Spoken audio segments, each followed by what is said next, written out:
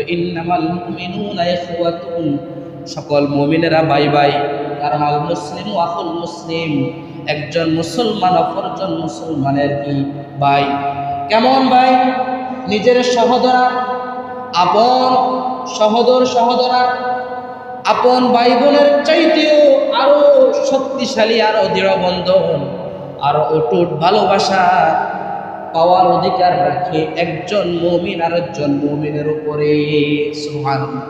একজন মুমিন আরেকজন মুমিনের উপরে। কারণ নিজ আপন ভাই, সে ভাই হয়েছে আব্বা আম্মার মাধ্যমে, কারণ একই মায়ের সন্তান, একই বাবার সন্তান, সে কারণে সে ভাই হয়েছে। আর আল্লাহ যে বলেছে মুমিন একজন মুমিন আরেকজন মুমিন পরস্পর ভাই ভাই, সেটা আল্লাহ বলেছেন ঈমানের হালতে। সুবহানাল্লাহ। তাহলে এই ভ্রাতৃত্বটা গড়ে ওঠে কিসের উপরে? ঈমানিয়তের উপরে। ঈমানিয়তের উপরে গড়ে ওঠে এই ভ্রাতৃত্বটা। তার মানে হচ্ছে ঈমানটা কার উপরে আনতে হয়? আল্লাহর উপরে আনতে হয়। এই ঈমানের উপরে যেই ভ্রাতৃত্বটা গড়ে ওঠে, সে ভ্রাতৃত্বের নামই হচ্ছে ইসলামী ভ্রাতৃত্ব। সুবহানাল্লাহ। ইসলামী ভ্রাতৃত্ব, একজন মুসলিম অপরজন মুসলিমের কি ভাই, নিরাপদ। একজন মুসলিম আরেকজন মুসলিমের কাছে গেলে সে নিরাপদ অনুভব করে। একজন মুসলমান অথবা একজন মুমিন যদি বিপদে পড়ে, আরেকজন মুমিনের দায়িত্ব হয়ে যায় তাকে বিপদ থেকে আহসান করার জন্য, বিপদ থেকে কিভাবে সেই আল্লাহ তাআলা তাকে কিভাবে পরিত্রাণ দিবেন, বিপদে তাকে সাহায্য করা, সহযোগিতা করা, তার ডাকে আহ্বানে এগিয়ে আসা। আল্লাহর নবী সাল্লাল্লাহু আলাইহি ওয়াসাল্লাম বলছেন, আল মুসলিমু মান সালিমাল মুসলিমুনা মিন লিসানিহি ওয়া ইয়াদিহি।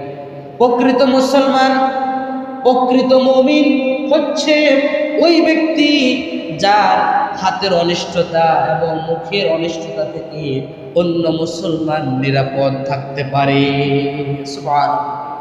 তাহলে আমার হাত এবং জবান থেকে যদি, আমার হাত এবং জবান থেকে যদি অন্য আরেকজন মুসলমান নিরাপদ থাকে, আমার অনিষ্টতা থেকে যদি আমার আরেকজন ভাই নিরাপদ থাকে, তাহলে আমি বুঝতে পারবো যে আমি খাঁটি মুসলমান, আমি প্রকৃত মুসলমান। আল্লাহর নবী সাল্লাল্লাহু আলাইহি ওয়াসাল্লাম বলছেন, ওয়াল্লাহু ফি আউনিল আবদি মা কানাল আবদু ফি আউনি আখিহি।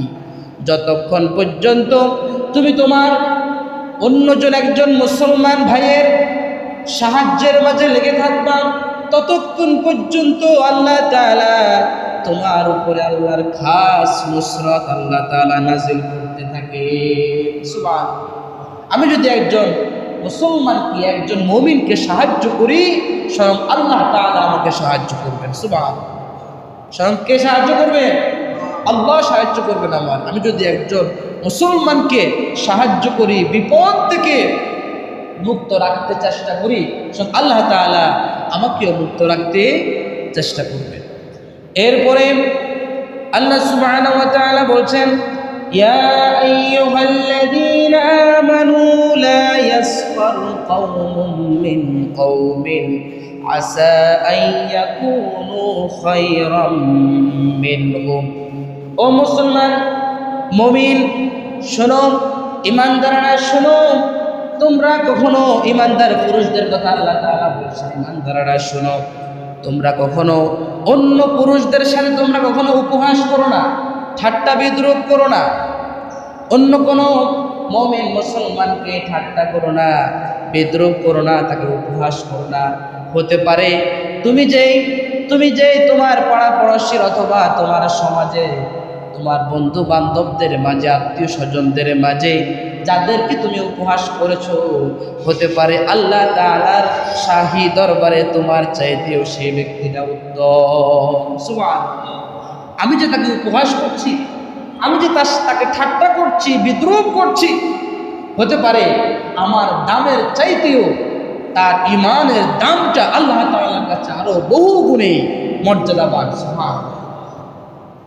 এরপরে আল্লাহ তাআলা শুধু পুরুষদেরকে বলেন নাই, পাশাপাশি আল্লাহ তাআলা নারীদের কথা বলেছেন, ওয়ালা নিসাউম নিসাইন আসা আন ইয়াকুন্না খায়রাম মিনহুন। ও মুমিনা নারীরা শোনো, মুমিনা নারীরা শোনো, তোমরা এমনটা যাতে না হয় তোমরা অন্য কোনো মুমিনা নারীর সাথে তোমরা কখনো উপহাস করবে না, অন্য কোনো মুমিনা নারীকে উপহাস করবে না, বিদ্রুপ করবে না, তাকে নিয়ে হাসি ঠাট্টা করবে না, ঠাট্টা বিদ্রুপ করবে না, তাকে তুচ্ছ তাচ্ছিল্য করবে না। কারণ হতে পারে তুমি যাকে উপহাস করছো, যাকে তুমি নিচু মনে করছো, যাকে তুমি তুচ্ছ তাচ্ছিল্য করছো, যাকে তুমি উপহাস করছো, হতে পারে তোমার চাইতেও তার আমলটা আল্লাহ তাআলার দরবারে অনেক দামি। সুবহানাল্লাহ। আমি যে আপনাকে যে হাসি ঠাট্টা করলাম, আপনাকে নিয়ে যে আমি যে ঠাট্টা বিদ্রুপ করলাম, হতে পারে তো এমন যে আল্লাহ তাআলার কাছে আমার চাইতেও আপনার আমলটা বহু গুণে মর্যাদাবান। সুবহানাল্লাহ। সুতরাং কাউকে ঠাট্টা বিদ্রুপ করা যাবে না। যাবে যাবে ঠাট্টা বিদ্রুপ করা যাবে না। এই যে ঠাট্টা বিদ্রুপের যে বেদি, সেটা আমাদের ভিতরে আছে না নাই? আছে। অনলাইনের মাঝে বেশি দেখা যায়, অনলাইনের মাঝে বেশি দেখা যায়। ইসলামিক স্কলাররাও যারা আলোচনা করে তাদের ভিডিওগুলোকে কাট করে যেটা মুখ ফসকে যেটা বের হয়ে গিয়েছে সেটা বেশি বেশি প্রচার করে কি না? বেশি বেশি প্রচার করে। এরপরে দেখা যায় যে দাম্পত্য জীবনের মাঝে একজন পুরুষ তার স্ত্রীকে নিয়ে একটা ছবি পোস্ট করছে, অবশ্যই সে খারাপ কাজ করছে, এটা তো ভালো কাজ না। স্ত্রীকে দেখানোর জন্য আল্লাহ যা থেকে বলছে পর্দা দরকার আছে না নাই? আছে। তারপরও দেখা যায় যে একজন দাম্পত্য জীবনের মাঝে স্বামীর চাইতে স্ত্রীর বয়স বেশি, সেটাকে নিয়ে ঠাট্টা বিদ্রুপ করে অনলাইনে, করে কিনা? এটা হতে পারে যে এমন কেন? স্বামীর বয়স কম, স্ত্রীর বয়স বেশি, স্বামী হচ্ছে কালো, স্ত্রী হচ্ছে ফর্সা, স্বামী হচ্ছে বৃদ্ধা আর স্ত্রী হচ্ছে অল্প বয়স্কা, এরকম দেখা যায় কিনা অনলাইনে? কথা বলেন, দেখা যায় কিনা? কিন্তু আমরা সেটা নিয়ে হাসি ঠাট্টা করি। কিন্তু বলেন এমনও পর্যায়ে পৌঁছে গেছে, দেখেন ইসলাম শান্তির ধর্ম। কিসের ধর্ম? শান্তির ধর্ম। ইসলাম শান্তির ধর্ম।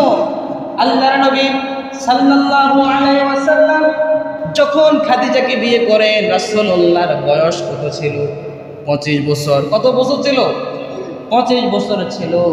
খাদিজা রাদিয়াল্লাহু তাআলা আনহার বয়স ছিল তখন 40 বছর। কত বছর? 40 বছর। এরকম কেউ যদি বিবাহ বন্ধনে আবদ্ধ হয়, সেটা কি আমাদের হাসি ঠাট্টার কারণ কেন হবে? আমরা তো সে বিবাহ বন্ধনে আবদ্ধ হওয়ার জন্য আমরা তাকে স্বাগতম জানাবো। কি জানাবো? স্বাগতম জানাবো, তার কল্যাণ কামনা করব। কিন্তু তার উল্টোটা আমাদের সমাজে দেখা যায়। সমাজের মানুষ, একজন মানুষ সব সময় ভালো কাজ করতে চেষ্টা করে, কিন্তু যদি হঠাৎ করে যদি তার থেকে যদি সামান্য একটু বিন্দু পরিমাণ যদি অপকর্ম যদি সেটা স্পষ্ট হয়ে যায়, আমরা সেটাকে নিয়ে কিভাবে তার ভালো আমলগুলোকে ডুবানো যায়, কিভাবে তার ভালো আমলগুলোকে নস্যাৎ করা যায়, সমাজ থেকে তাকে বিচ্ছিন্ন করা যায়, আমরা সেভাবে তাকে হাসির পাত্র বানায়া ফেলি, হাসি ঠাট্টা করি, তার সাথে উপহাস করি, তাকে করে কিনা করি। আল্লাহ তাআলা সেটা নিষেধ করেছেন। কি করেছেন? নিষেধ করেছেন। একটা ছেলেকে আপনি তুচ্ছ তাচ্ছিল্য করলেন, উপহাস করলেন, বেটা ধরে নেন তার নামাজ ফরজ হয়েছে, তো আপনি তাকে নসিহত করবেন। তার যে একজন বেনামাজের কাছে যায় যদি আপনি বলেন, বেটা তুই জালেম, তুই কাফের, তুই মুশরিক, তুই জাহান্নামী, তুই নামাজ পড়স না, এইভাবে কি নসিহত করা যায়? নসিহত করার জন্য এভাবে বলা হয়েছে? নসিহত করতে হবে, উপদেশ দিতে হবে উত্তমভাবে, নরম স্বরে, কৌশলে। এমনভাবে নসিহত করা যাবে না যেভাবে